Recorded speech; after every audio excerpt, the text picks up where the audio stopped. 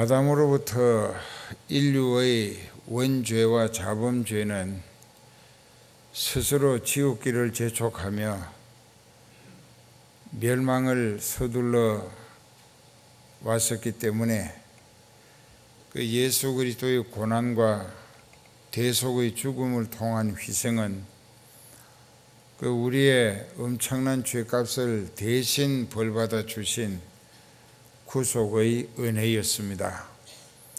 예수님이 더 참혹한 고통을 당하셨고 썰과 아픈 형틀에 못 박히고 피 흘리고 창과 가시에 찔리시면서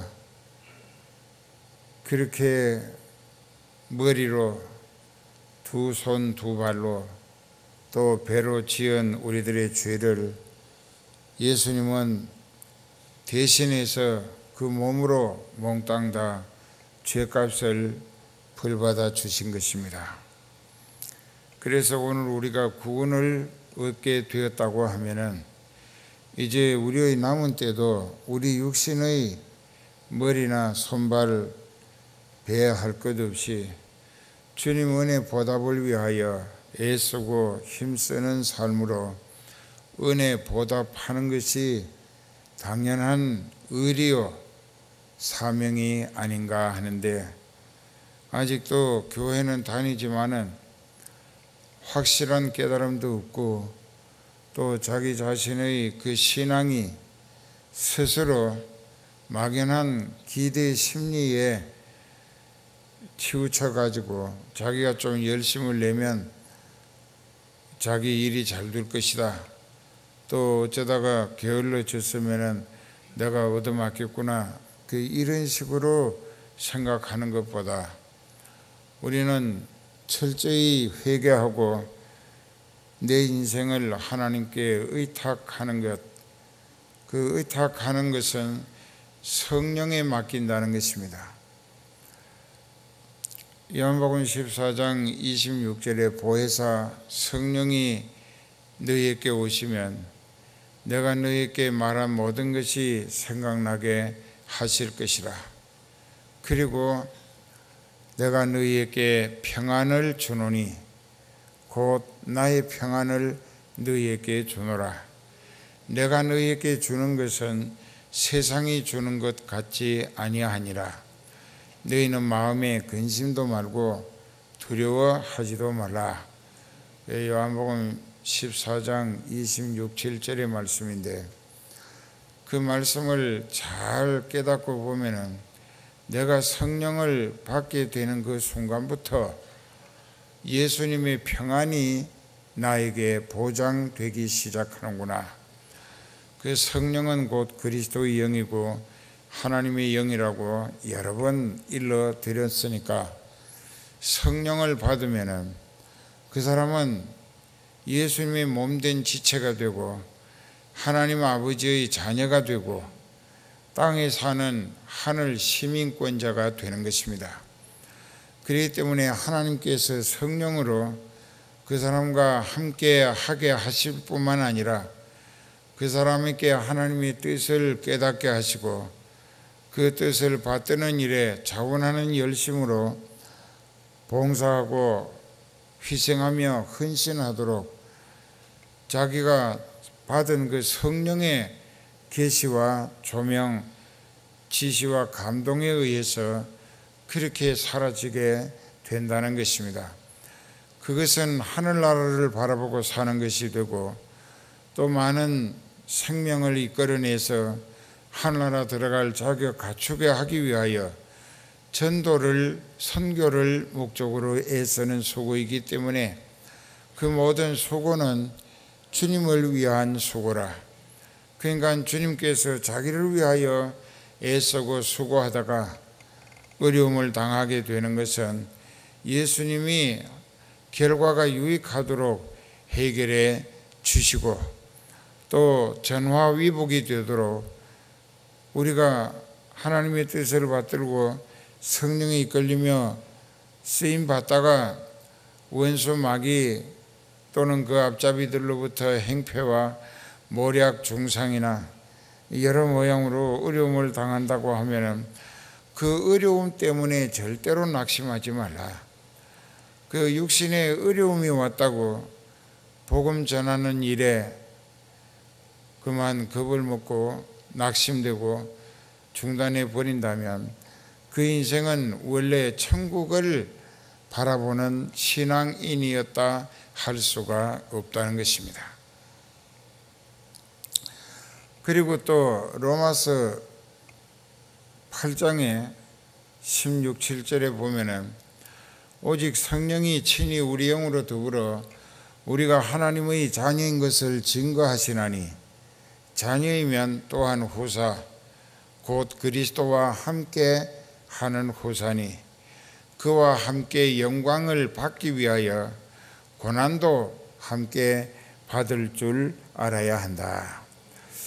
예수님은 고난의 제물이었습니다. 희생의 제물이었어요. 그 엄청난 우리 죄를 그 허약한 몸으로 대신 벌받아 죽임당하시기까지 이 세상 사람으로서는 견디기 어려운 매를 맞고 주먹으로 얻어맞으시고 얼굴에 침뱉음을 당하시고 보재기를 머리에다가 씌워놓고 갈대라는 막대기로 머리를 막 때리고서는 선지자야 누가 너를 쳤는지 알아맞추라고 야유를 당하시고 그리고 또 주먹으로 맞고 그뿐만 아니라 십자가 형틀에 못 박히기 전에 가시관에서 사방에 머리가 찔려 피가 흘러내렸고 또 무거운 그 170근이나 되는 십자가를 지고 가셔야 했습니다. 굉장히 무겁습니다. 가다가 3번이나 엎어지시고 그럴 때마다 로마 군병의 가죽 채찍이 온몸을 휘감아서 땡길 때 후려치는 그 채찍에는 칼날이 양쪽으로 날선 칼날이 이렇게 끼워져 있었어요.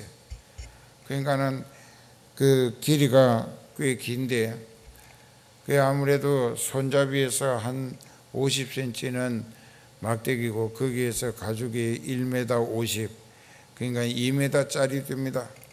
그러니까 이렇게 막 후리치면 온몸에 감겨 확 당기면 살이 갈갈이 찢어집니다. 이런 고통을 당하신 거예요. 그러면서 우리의 죄값을 다 감당하셨다고 다 이루셨다는 말씀과 함께 죽임당하셨는데 사흘 만에 아버지 하나님이 살리셔서 보좌 우편에 올라앉게 하신 것입니다. 지금도 거기 계시면서 우리를 위하여 염려하시고 기도하시는 중이신데 이 디모데는 사도 바울에게 있어서 믿음의 아들이었고 그 시대에 사도 바울의 제자 된 교역자들이 꽤 많이 있었습니다. 그런데도 빌립보 교회에 시험이 와서 문제가 생겼을 때 어느 누구를 보낼까 걱정하던 중에 다른 사람은 보내봐야 해결도 못하고 문제만 더 복잡하게 할 것이다. 그런데 디모데를 보내면 자기가 가는 것처럼 해결을 잘하고 교회를 은혜 분위기로 수습할 것이다.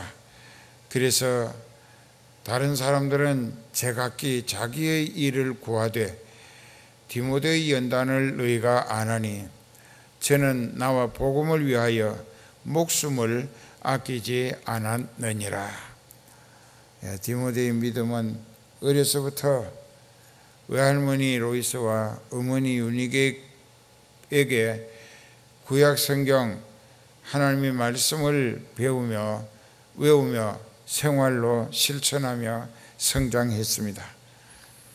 사도 바울을 만나서 성령을 받고 바울의 제자가 되어 이제 바울과 함께 3년 넘는 세월을 따라다니면서 아버지와 아들과 같은 사이로 하나님 섬기는 일에 동역자가 된 것입니다. 그래서 이 사도 바울은 지금 나이가 많습니다. 나이가 아주 많아요. 근데 AD 67년에 이 편지를 썼는데, 이 사도 바울은 자기 인생이 곧 끝나갈 날, 하나님이 부르실 날이 다가온다고 생각했습니다.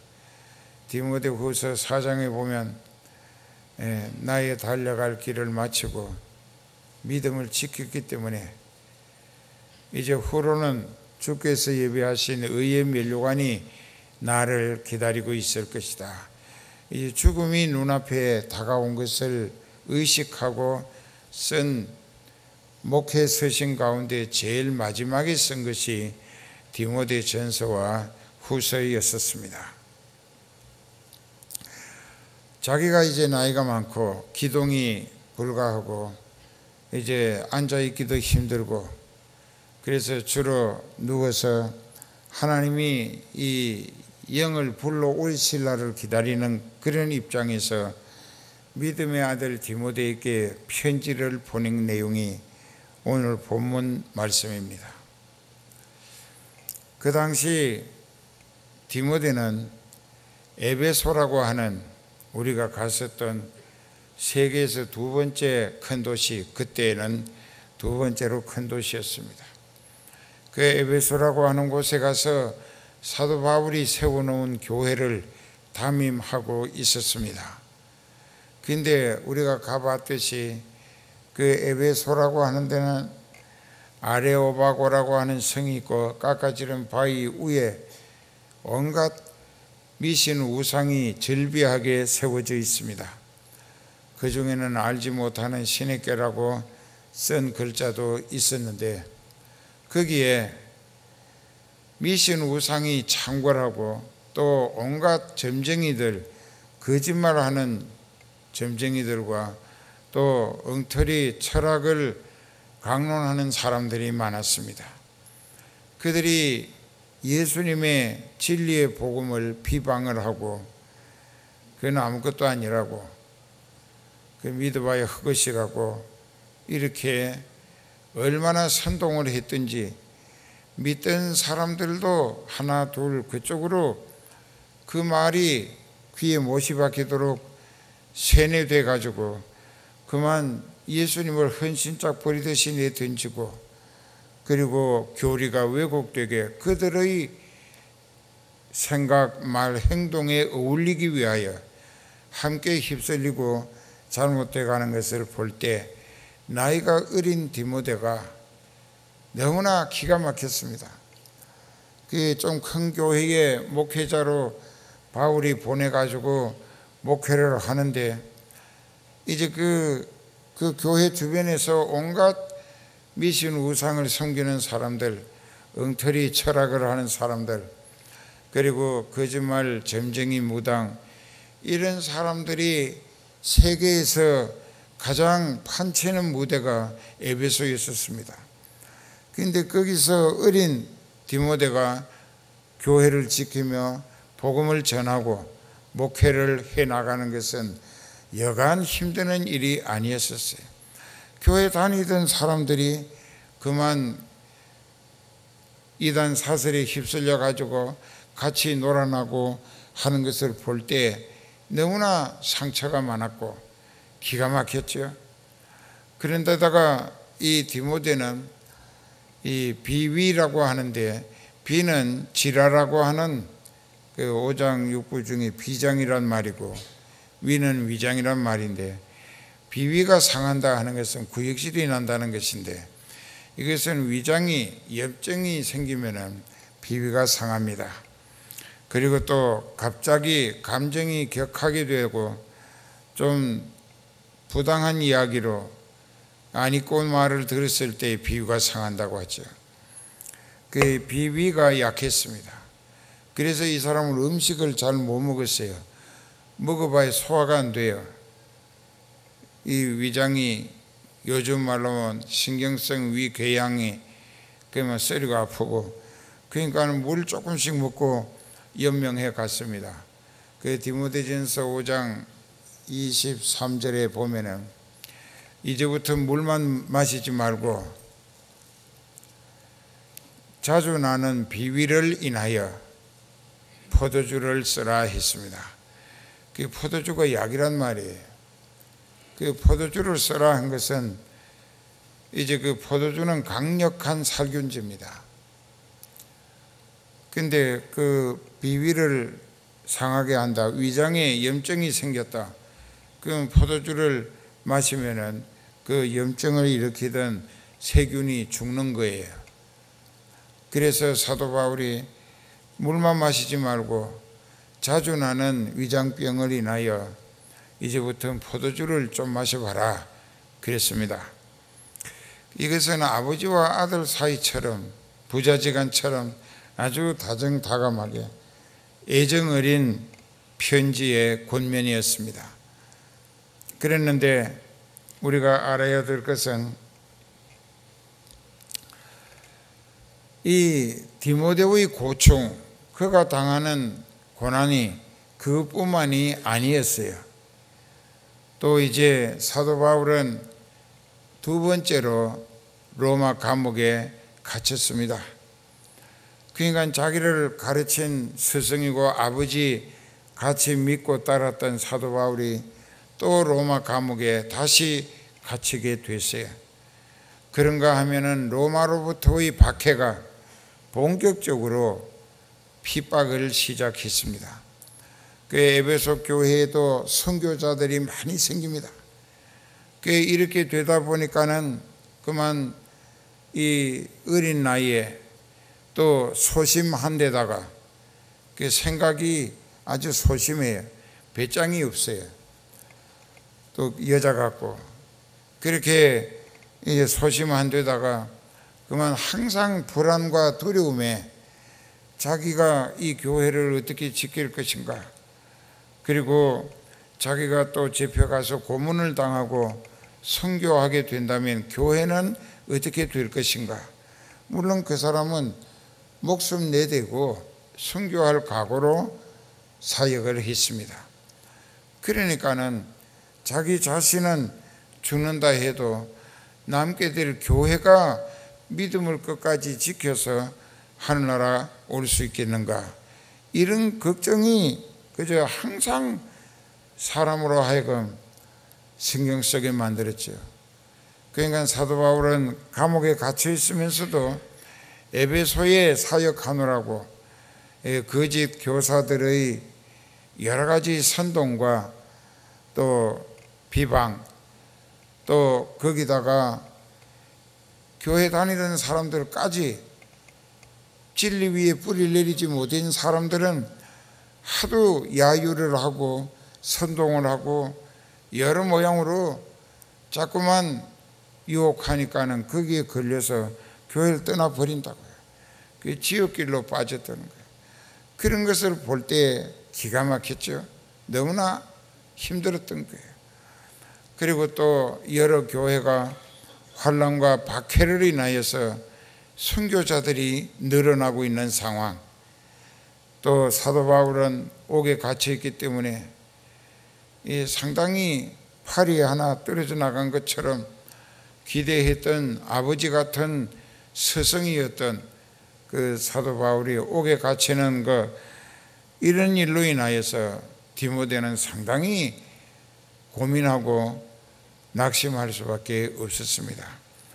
그래서 오늘 디모데 후서의 이 내용을 자세히 보면은 그렇게 되어 있습니다. 그러므로 내가 나의 안수함으로, 즉 네가 속히 내게로 올 수 있으면 와라. 와가지고라도 면회를 오면은 내가 네게 안수 기도를 해줄 때, 네가 목사로 안수 받았을 때에 너에게 임하신 불같은 성령이 다시 불꽃같이 너를 뜨겁게 붙들어 역사하심으로 네가 인간적인 생각에 빠져서 낙심하거나 고민하거나 비관할 것이 아니라 영적으로 성령을 다시 내가 네게 머리에 손 얹고 기도하면은 네가 안수받을 때에 그때 성령이 충만히 임하심으로 너무너무 담대했던 것처럼 네가 내게 오면은 면회하고 내가 너를 안수해 줄 때 너에게 성령이 불일 듯 너를 일으켜 줄 것이다. 그러니까 지금까지 쭉 설명을 종합해 보면은 이 디모데의 신앙이 현실적인 상황, 눈에 보이고 귀에 들리고 또 되어져 가는 상황, 이런 것만 너무 깊이 빠져들어서 걱정하고 고민하고 낙심하다 보니까는 자기 신앙이 어느새 허물어지고 있다 이게. 그러나 누가 너를 세웠는가? 그 환경에서 원수 마귀들이 너를 하나님의 종으로 에베소 교회 목자로 세운 게 아니질 않느냐. 그러니까는 네가 육적인 입장에 너무 소심하고 그래서 번민하고 낙심하고 자꾸 그러니까는 네가 빨리 올 수 있으면 내게로 와라. 와서 내가 안수 기도해 주면 성령이 너에게 불붙어 질 때에 너는 다시 하나님의 믿음으로 담대해지고 또 성령이 충만함으로 은사와 영역을 나타내면서 원수 마귀를 물리치고 승리할 수 있을 것이다. 그러니까 오늘 여러분들도 구역장이나 조장이나 교구장 또는 남녀 전도회 회장단 임역원들 자기 입장을 육신이 현실적인 상황에서 눈에 보이고 또 귀에 들리고 또 자기 생각으로 이거 상당히 힘들고 어렵다, 곤란하네, 자칫하면은 이거 불행하게 되겠네, 이러지 말라 이게. 그러니까 나는 누군가? 나는 하나님의 아들, 하나님의 딸 아무개다. 그리고 나를 세우신 이는 하나님이시다 이게. 그리고 예수님이 나의 주님이시라. 그분은 어떤 분이냐? 사망을 패하신 분이시요. 사망을 패하시고 이기시고 승리하심으로 부활하신 분이에요. 우리도 생명 부활에 참여할 소망을 목적으로 믿는다면 우리 믿음이 영적인 소망을 위한 믿음이어야 한다는 것입니다. 육신이 오늘을 사는 세상 조건에 뭘 먹을까, 뭘 마실까, 무엇을 입을까, 또 어떤 집에 살까, 하나의 육적인 생각이 우리로 하여금 영적인 소망을 자꾸만 망각하게 되고 나중에는 그냥 허물어져서 믿음이 강고듣고 자기는 현실에 완전히 엎어지고 많은 실패자로 끝날 수 있다는 것입니다. 그렇기 때문에 이제부터 요쯤 듣고 이제 한 절 한 절 6절부터 그러므로 내가 나의 안수함으로 네 속에 있는 하나님의 은사를 다시 부릴 듯 하게 하기 위하여 너로 생각하게 한다. 잘 생각해보고 로마로 면회 와라 이게. 오면은 12대 뜰에서라도 내가 너 무릎 꿇고 앉으면 머리에 손 얹고 기도할 때 성령의 불이 네게 떨어지면 너는 다시 영역을 충만히 받고 영적으로 진리와 성령이 완전 무장하게 되면은 너는 가서 어떤 원수 마귀도 전혀 불안하거나 두려워할 필요 없이 그저 너와 함께 하시는 하나님의 능력으로 말씀의 권능으로 원수 마귀들을 완전히 섬멸할 수 있고 너는 결국 성공적인 사역을 감당할 수 있을 것이다. 자, 우리도 그래. 그 육신이 너무나 힘들어도 가서 한다고요. 오늘도 누웠다가 왔는데 상당히 육신은 아주 기진맥진해요. 이제 갈 날이 일주일밖에 안 남았는데 그런데 이 힘든다고. 그러나 그 영적인 사명을 위하여 하나님 앞에 기도하면 또 힘을 주시고 또 거기 가서 승리하게 하시더라고요. 그러니까 여러분들이 뒤에서 힘있게 기도하시면 더 많은 성과로 영광 돌릴 수 있을 거예요. 그래서 안수가 필요하다. 7절부터 하나님이 우리에게 주신 것은 두려워하는 마음이 아니라, 절대로 두려워하고 불안해할 일이 없다. 오직 능력과 사랑과 근신하는 마음이라.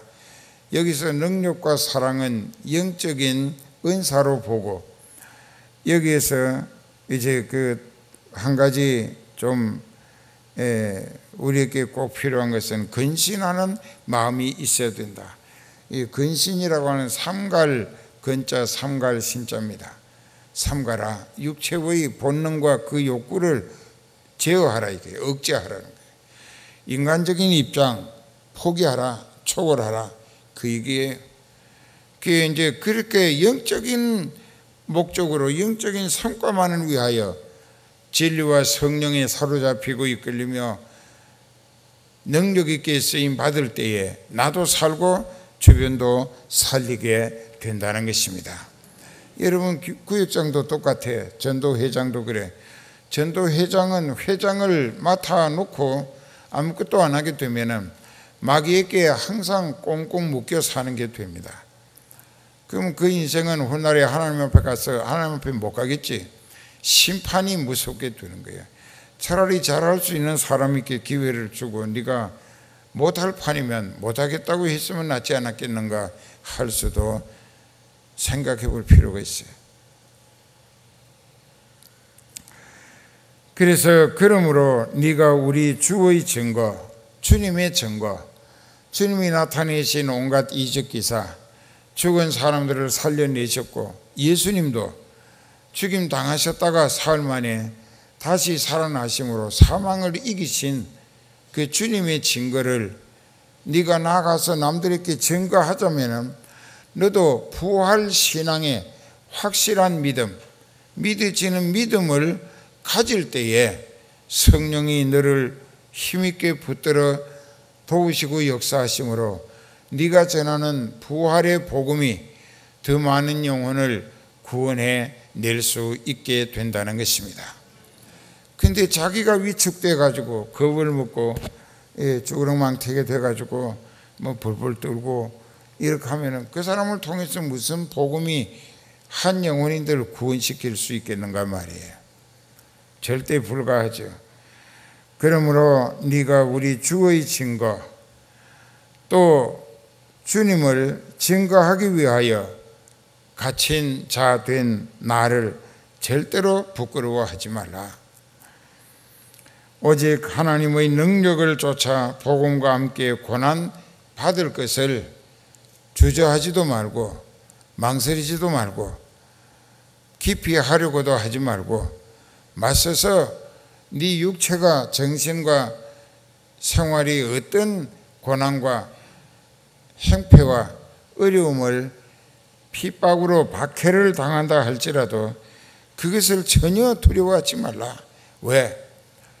예수님을 믿고 구원 얻은 성도가 영적인 소망과 그 성과를 위하여 고난당하는 것이 예수님의 발자취를 따라가는 것이고 예수님을 닮아가는 모습이 되는 것입니다. 고난을 즐거워하라.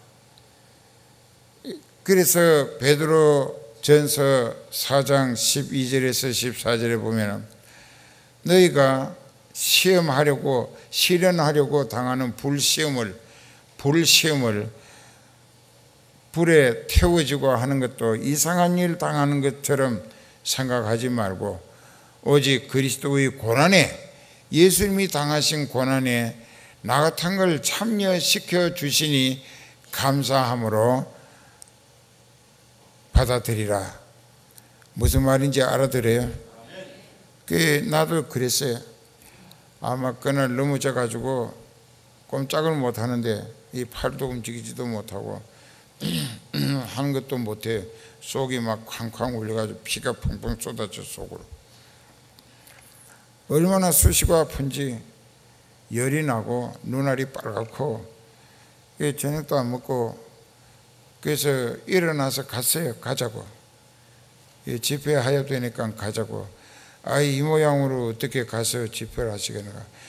나를 살리시는 하나님이 나를 살리시는 이유가 있는데, 그 이유와 목적이 뭐냐 하면은 나를 통해서 가장 올바른 복음을 땅끝까지 증거하라고 옛날에 죽었을 걸 고쳐가면서 지금도 쓰시는 것인데, 오늘 내가 넘어지게 된 것은 마귀가 하도 막 인기가, 은혜가 너무나 충만해지니까 이 마귀가 신문에도 나가고 방송도 나가고 했는데 이 더 못하게 나를 갑자기 정신을 잃게 해서 쓰러뜨린 거다. 그러면 내가 아프다고 핑계하고 편안하기를 원해서 그 병원 침대에 누워가지고 주여, 주님도 내 사정 아시지 않습니까? 할 수가 없는 거야. 그거 할 수 없어. 왜? 나는 그분의 종이야. 살아도 종이고 죽어도 종이라. 그러니까는 하나님이 나를 살리시는 이유가 네가 나팔소가 돼서 바른 진리의 복음을 전파해야 한다. 많은 목사님을 바로 세우고 많은 교회 신도들을 바른 신앙으로 이끌어 줘야 한다. 그 일 때문에 나를 살리시는 과정인데, 내가 그 마귀에게 정신을 잃고 넘어졌다고 또 다쳤다고 해서 그걸 핑계 삼아 그저 엎어진 김에 좀 쉬어가자는 식으로 그렇게 할 수가 없다. 이게 그래도 일어나서 또 가는 게, 하다가 죽더라도 가겠다고. 그러니까 그 사람들이 굉장히 감동을 받고 정말 참 이 시대에 가장 위대한 스승이라고. 그 이제 또 부축을 해가지고 양쪽에서 거의 들다시피 하고 계단을 내려가서 그 차에다 뒤에다가 태웠어요. 그 뒤에다 태우고 이제 갑니다. 그런데 가서 그곳에 가니까는 막 찬송 부르고 있어. 내가 안 오는 줄 알고 그 교회 목사님이 설교하겠다고 한 것 같아요. 그래서 또 부축해가지고 들어갔어요. 그 당회장실에서 왜 이렇게 되셨느냐고 그 이야기를 했죠. 그러면 안 오셔도 건강부터 회복했어야 더 일을 하시지 않은가. 당신이 나를 위해서 하는 얘기인지, 교회를 위해서 하는 얘기인지, 주님을 위해서 하는 얘기인지 그 말의 의도가 상당히 수상하다고 그랬어요.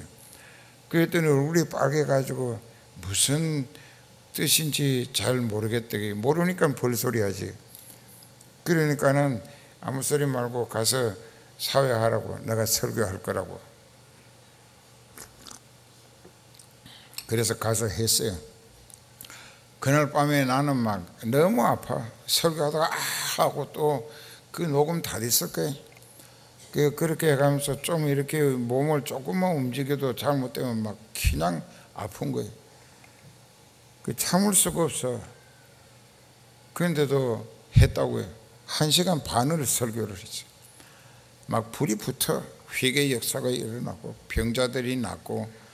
그러니까 내가 가장 약할 그때에 하나님이 강하게 역사하신다.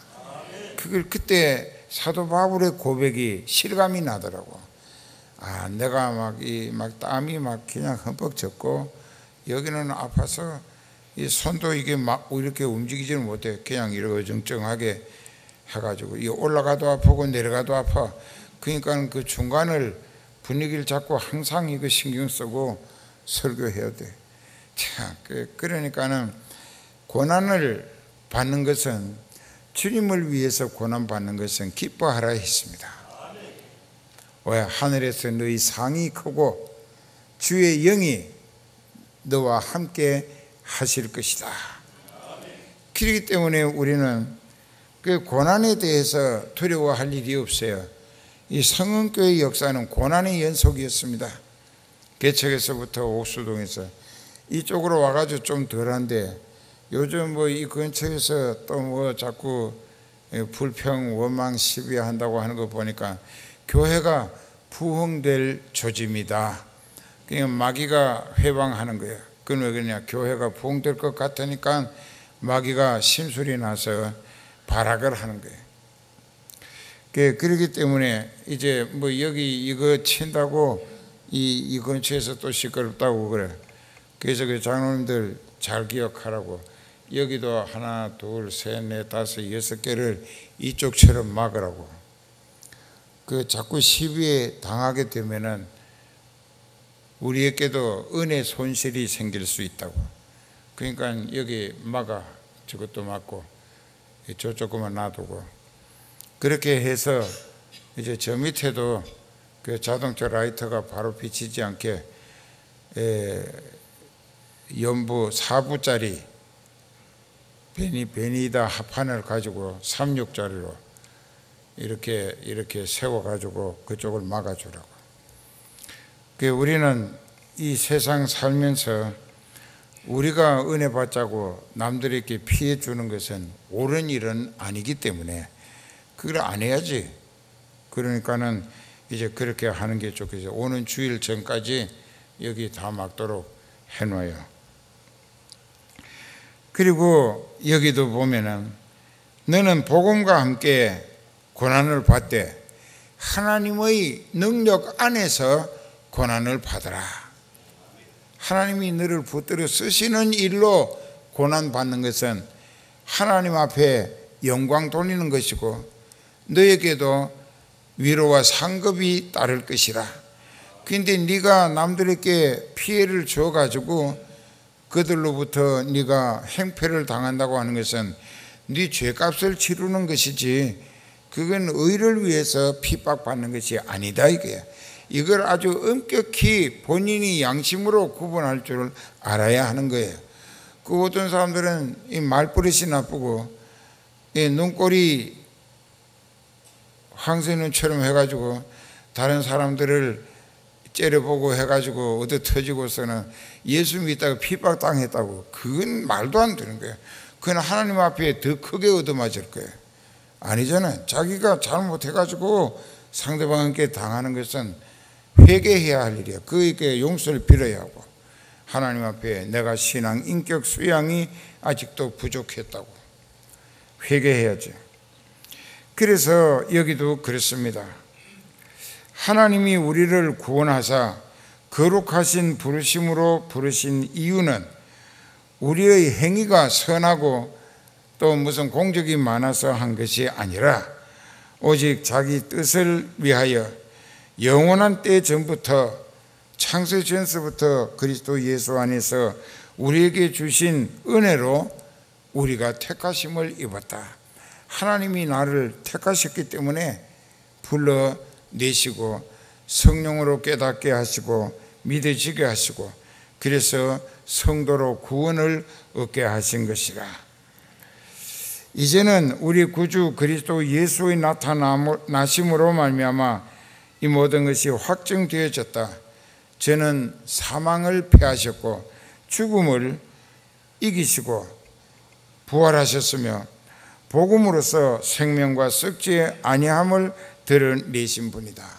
이것은 무슨 뜻이냐? 우리가 예수님의 복음을 전하다가 순교해서 죽임당한다 할지라도 우리는 예수님과 같은 생명 부활로 다시 살리셔서 예수님과 함께 영원히 영생복락을 누리게 하실 약속을 성령으로 보장받았다.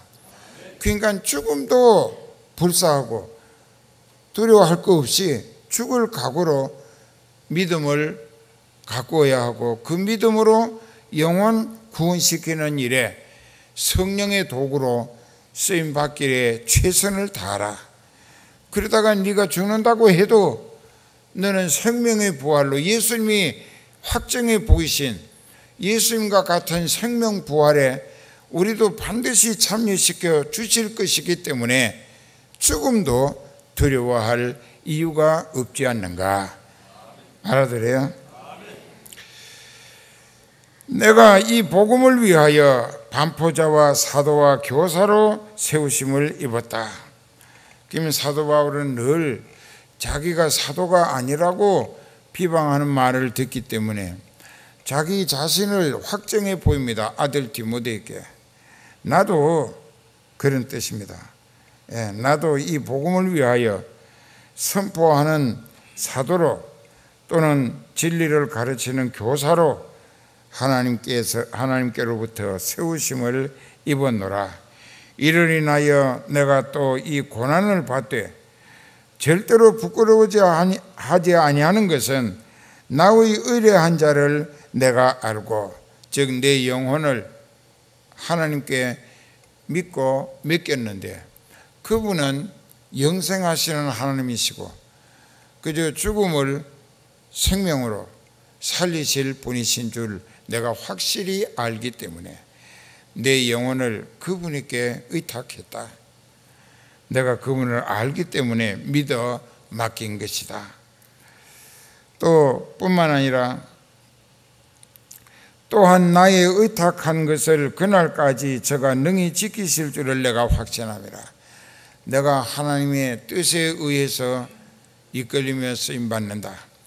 내 인생 몽땅 다 그분에게 의탁했다. 그렇기 때문에 그분이 나를 받아주시고 맡아주시고 사용하시기 때문에 나는 어떤 고난도 절대로 두려워하지 않는다. 전혀 기피하려 하지도 않는다. 그게 그랬잖아요. 사도행전 20장 24절에 보면 나의 달려갈 길과 주 예수께 받은 사명 곧 은혜의 복음 증거하는 일을 마치려 하면은 내 생명을 조금도 귀한 것으로 여기지 않는다고 했습니다. 그런 믿음이 우리에게 있어야 돼요.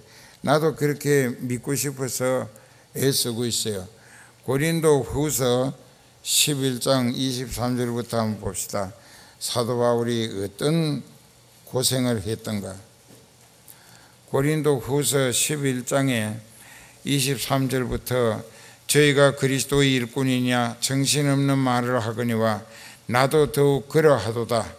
내가 수고를 넘치도록 하고 옥에 갇히기도 더 많이 하고 매도 수없이 맞고 여러 번 죽을 뻔하였으니 유대인들에게 40에 하나 감한 매를 5번 맞았으며 3번 태장으로 맞고 1번 돌로 맞고 3번 파선하는데 일주야를 기품에서 지냈으며 여러 번 여행에 강의 위험, 강도의 위험, 동족의 위험, 이방인의 위험, 시내의 위험, 광야의 위험, 바다의 위험, 거짓 형제 중의 위험을 당하고 또 수고하며 애쓰고 여러 번 잠 못 자고 줄이고 목마르고 여러 번 굶고 춥고 헐벗어노라. 이것은 사도 바울이 받은 은혜 보답을 위하여 하늘나라 가기 위해서 주님을 위하여 받은 사명을 성공적으로 감당하기 위하여 그 과정에서 당했던 여러 가지 고난을 쭉 설명을 해놨습니다. 그래서 믿음의 아들 디모데가 그 소심한 불안과 두려움에서 떨치고 일어나 성령에 사로잡히고 진리 가운데로 이끌리며 다시 담대하게 복음으로 성령의 도우심으로 승리하는 사역자가 되게 하기 위하여 너는 그리스도 예수 안에 있는 믿음, 사랑, 또 내게 들은 바 바른 교훈을 본받아 지키고 우리 안에 거하시는 내 속에 거하시는 성령으로 말미암아 네게 부탁한 아름다운 것을 지키라. 네게 부탁한 아름다운 것이 뭐냐? 네 믿음도 지키고 네 직분도 성과를 올려드리는 사명을 다하라는 당부였습니다. 우리는 어떤가?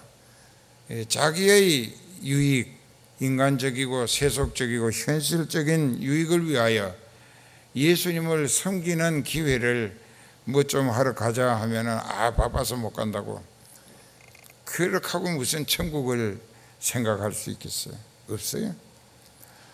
어떤 일이든지 성도라면, 성령 받은 사람은 영적인 소망과 그 성과를 위하여 최우선적으로 헌신하며 희생하고 봉사하고 구제하며 전도하기를 힘써야 그 사람은 예수님의 사람이라는 증거를 인정받게 되는 거예요. 잘 생각해 보세요. 그래서 여기도 복음을 위하여 고난을 받을 각오를 단단히 하고 매를 맞고 옥에 갇히고 재산을 다 뺏기고 어떤 어려움을 당하더라도 내 영혼이 하늘나라 가야 하기 때문에 갔을 때의 입장, 부끄럽지 않는 자격으로 주님 품에 안기기 위하여 얼마나 희생, 헌신, 봉사, 충성함으로 복음의 제물이 될 수 있겠는가.